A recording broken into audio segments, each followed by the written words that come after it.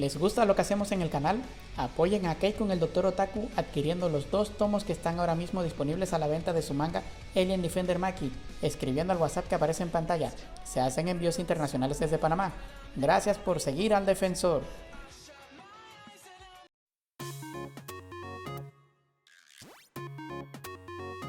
Bienvenidos una vez más internos. Llegan justo a tiempo para una jornada de docencia con el Dr. Otaku. Estoy segura que lo disfrutarán. Pasen al consultorio, por favor. Hola internos, me alegra verlos aquí. Entre tantos pacientes que hemos valorado no habíamos tenido la oportunidad de sentarnos a dar docencia sobre el motivo por el cual hay animes que nos impactan y se quedan con nosotros por el resto de nuestras vidas, mientras hay otros que simplemente pasan de largo sin dejar huella. Pues bien, he decidido hacer una serie de videos en las que vamos a hablar sobre el secreto que Japón ha sabido usar muy bien para llegar a nuestros corazones. Un buen storytelling. ¡Que corra el opening!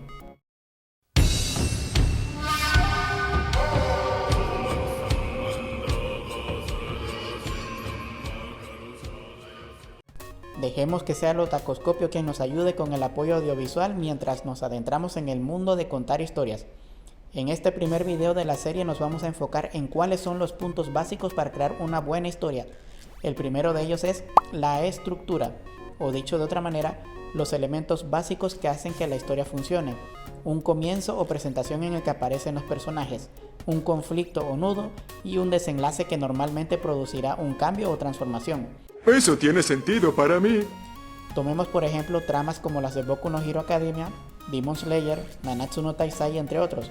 El motivo por el que engancharon al público desde el principio es que supieron manejar muy bien una narrativa en la que los personajes están muy bien definidos, al igual que los conflictos internos que los mueven hacia un objetivo final y van haciendo que los protagonistas evolucionen a lo largo de la historia. El segundo elemento básico es la creación del héroe, el cual viene a ser el personaje con el que la audiencia debe identificarse y que casi siempre es el protagonista de la historia. Uno de los puntos más importantes al crear un héroe es mostrar una debilidad en el mismo, lo cual creará en la audiencia un sentimiento de cercanía o credibilidad, ya que podría ser cualquiera de nosotros. Órale, este carnal sí me comprende. De hecho, el mejor héroe es aquel que nos hace preguntarnos ¿qué habría hecho yo en su lugar? Tomemos por ejemplo el caso de Izuku Midoriya, el protagonista de Boku no Hero Academia. ¿Qué mayor debilidad podría demostrar un protagonista que vivir en un mundo donde todos tienen un don especial menos él? Eso hace que su lucha por ser un héroe sea más emocionante y nos sintamos conmovidos con cada obstáculo que va enfrentando en su camino, lo que nos lleva al siguiente punto, el conflicto. Para despertar la atención y el deseo de seguir viendo la historia en tu audiencia, necesitas obstáculos formidables que tu héroe deben superar, los cuales son generados por medio de un conflicto, ya sea con otros personajes, situaciones o incluso consigo mismos. Es un hechizo simple pero inquebrantable. Por ejemplo, la personalidad de Tanjiro, protagonista de Demon Slayer, lo lleva a luchar contra sí mismo mientras enfrenta a demonios con el fin de devolver a la normalidad a su hermana Nezuko.